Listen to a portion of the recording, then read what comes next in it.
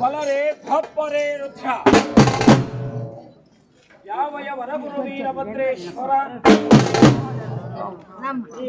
ದಕ್ಷಯಾಗಕ್ಕೆ ಬಂದಿದ್ದಾನೆ.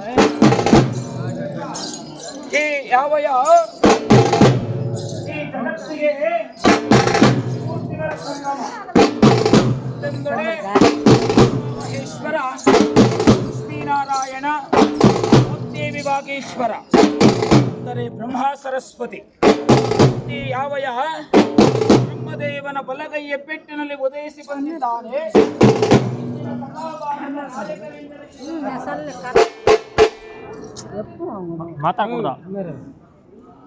ಇಂದಿನ ಕಥಾಭಾಗದ ನಾಯಕನೆಂದೆನಿಸಿದಂತಹ ದಕ್ಷ ಬ್ರಹ್ಮ. ದಕ್ಷ ಬ್ರಹ್ಮನು ಯಾವ ಪ್ರಸೂತಾದೇವಿಯನ್ನ ಕೈ ಎಳೆದು ಕಲ್ಯಾಣವನ್ನು ಮಾಡಿಕೊಂಡಿದ್ದಾನೆ. ಕಲ್ಯಾಣವನ್ನು ಮಾಡಿಕೊಂಡು ಹೀಗೆ ವರ್ಷಗಳೇ ಕಳೆದವು, ಮಾಸಗಳೇ ಕಳೆದವು. ದಕ್ಷಬ್ರಹ್ಮನಿಗೆ ಮಕ್ಕಳಿಲ್ಲದ ಯೋಚನೆಯಲ್ಲಿ ಯಾವ ದಕ್ಷಬ್ರಹ್ಮನಾದರೂ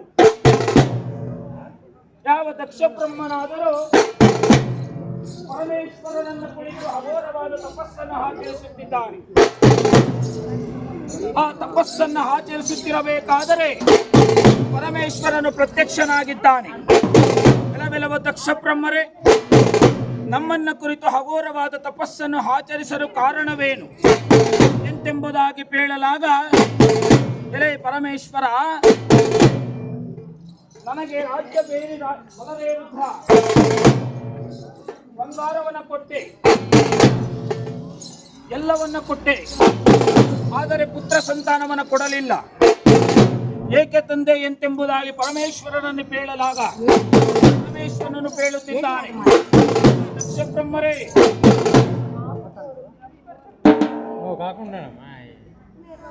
ದಕ್ಷ ಬ್ರಹ್ಮನು ಕೇಳುತ್ತಿದ್ದಾನೆ. ಅಲೇ ಪರಮೇಶ್ವರ ದಕ್ಷ ಬ್ರಹ್ಮನಿಗೆ ಹೇಳುತ್ತಿದ್ದಾನೆ, ಪುತ್ರ ಸಂತಾನವನ್ನು ಕೊಟ್ಟರೆ ಎಲ್ಲರೂ ಸಹ ಅಪಕೀರ್ತಿಯನ್ನು ತರುವರು. ಹಾಗಾಗಿ ಪುತ್ರ ಸಂತಾನವನ್ನು ನೀಡುವುದಿಲ್ಲ. ಓ ನೋಡು, ನಿನಗೆ ಸಂತಾನವನ್ನು ಕೊಡುತ್ತೇನೆ ಎಂಬುದಾಗಿ ಆಜ್ಞೆಯನ್ನು ಮಾಡಿದ್ದಾನೆ ಪರಮೇಶ್ವರ. ತಪ್ಪ ಯಾವಯ ವರ್ಷಗಳು ಕಳೆದಿದ್ದಾವೆ. ಯಾವಯ ಪ್ರಸೂತೆಯ ಗರ್ಭಾಂಬುದಿಯಲ್ಲಿ ಒಂದು ಮಗು ಜನನವಾಗಿದೆ. ಪರಮೇಶ್ವರ, ನಿಮ್ಮನ್ನ ಕುರಿತು ಅಘೋರವಾದ ತಪಸ್ಸನ್ನು ಆಚರಿಸಿದೆ. ಓರ್ವ ಪುತ್ರಿ ಸಂತಾನಕ್ಕಾಗಿ ಆಚರಿಸಲಿಲ್ಲ. ನನಗೆ ಕೊಡುವುದಾದರೆ ಕೊಡು, ನನಗೆ 101 ಜನ ಹೆಣ್ಣು ಮಕ್ಕಳನ್ನ ಎಂಬುದಾಗಿ ಹೇಳಲಾಗ ಪ್ರಕಾರವಾಗಿ ಬ್ರಹ್ಮನಾದರು ಪರಮೇಶ್ವರನಾದರು ಬಲಭುಜದ ಬೆವರಂ ತೆಗೆದು ನನಗೊಪ್ಪಳಿಸಿದ್ದಾನೆ. ತಪ್ಪ ಯಾವ ಎಲ್ಲ ಹೆಣ್ಣು ಮಕ್ಕಳು ಆಗಿದ್ದಾರೆ. ಜನ ಹೆಣ್ಣು ಮಕ್ಕಳು ಬಿಟ್ಟು 101 ಜನ ಹೆಣ್ಣು ಮಕ್ಕಳಿಗೆ ನಾಮಕರಣವನ್ನು ಮಾಡುತ್ತಿದ್ದಾನೆ ದಕ್ಷ ಬ್ರಹ್ಮ. ಯಾವ ರೀತಿಯಾಗಿ ಎಂತೆಂದೊಡೆ ಬಲರೇ ರುದ್ರ ಸೂತೆಯ ದರ್ಭಾಂಬುದಲ್ಲಿ ಜನಿಸಿದಂತಹ ಮಗಳಿಗೆ ದ್ರಾಕ್ಷಾಯಣಿ ಎಂತೆಂಬುದಾಗಿ, ಎರಡನೆಯ ಮಗಳಿಗೆ ಲಕ್ಷ್ಮೀದೇವಿ ಎಂತೆಂಬುದಾಗಿ, ಮೂರನೆಯ ಮಗಳಿಗೆ ಸರಸ್ವತಿ ಎಂತೆಂಬುದಾಗಿ, ಮೂರನೆಯ ಮಗಳಿಗೆ ಸತೀದೇವಿ ಎಂತೆಂಬುದಾಗಿ 101 ಜನ ಹೆಣ್ಣು ಮಕ್ಕಳಿಗೆ ನಾಮಕರಣವನ್ನು ಮಾಡಿದ್ದಾನೆ ದಕ್ಷ ಬ್ರಹ್ಮ. ನಾಮಕರಣವನ್ನು ಮಾಡಿಬಿಟ್ಟು ಯಾವ ದಕ್ಷ ಬ್ರಹ್ಮನಾದರು ನಾಮಕರಣವನ್ನು ಮಾಡಿಬಿಟ್ಟು ನಂತರವಾಗಿ ಹೆಣ್ಣು ಮಕ್ಕಳು ಮಾಡುತ್ತಿದ್ದಾರೆ. ಹೆಣ್ಣು ಮಕ್ಕಳಿಗೂ ಸಹ ವಯಸ್ಸಿಗೆ ಬಂದಿದ್ದಾರೆ. ವಿವಾಹವಾಗುವಂತಹ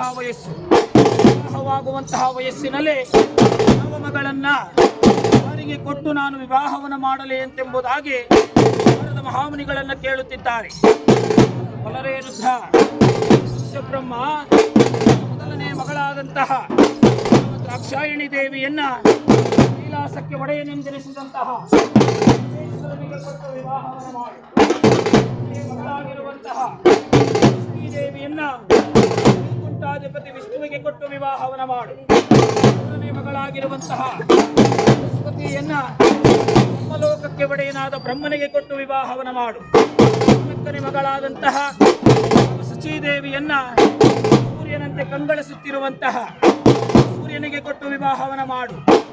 ಉಳಿದಂತಹ 27 ಜನ ಹೆಣ್ಣು ಮಕ್ಕಳನ್ನ ಚಂದ್ರನಂತೆ ಕಂಗೊಳಿಸುತ್ತಿರುವ ಚಂದ್ರನಿಗೆ ಕೊಟ್ಟು ವಿವಾಹವನ್ನ ಮಾಡು. ಹೀಗೆ ಗರುಡ ಗಂಧರ್ವ ಕಿನ್ನರ ಕಿಂಪುರುಷ ಯಕ್ಷ ವೃಕ್ಷಾದಿಗಳಿಗೆ ಕೊಟ್ಟು ಬ್ರಹ್ಮನು ವಿವಾಹವನ್ನ ಮಾಡಿದ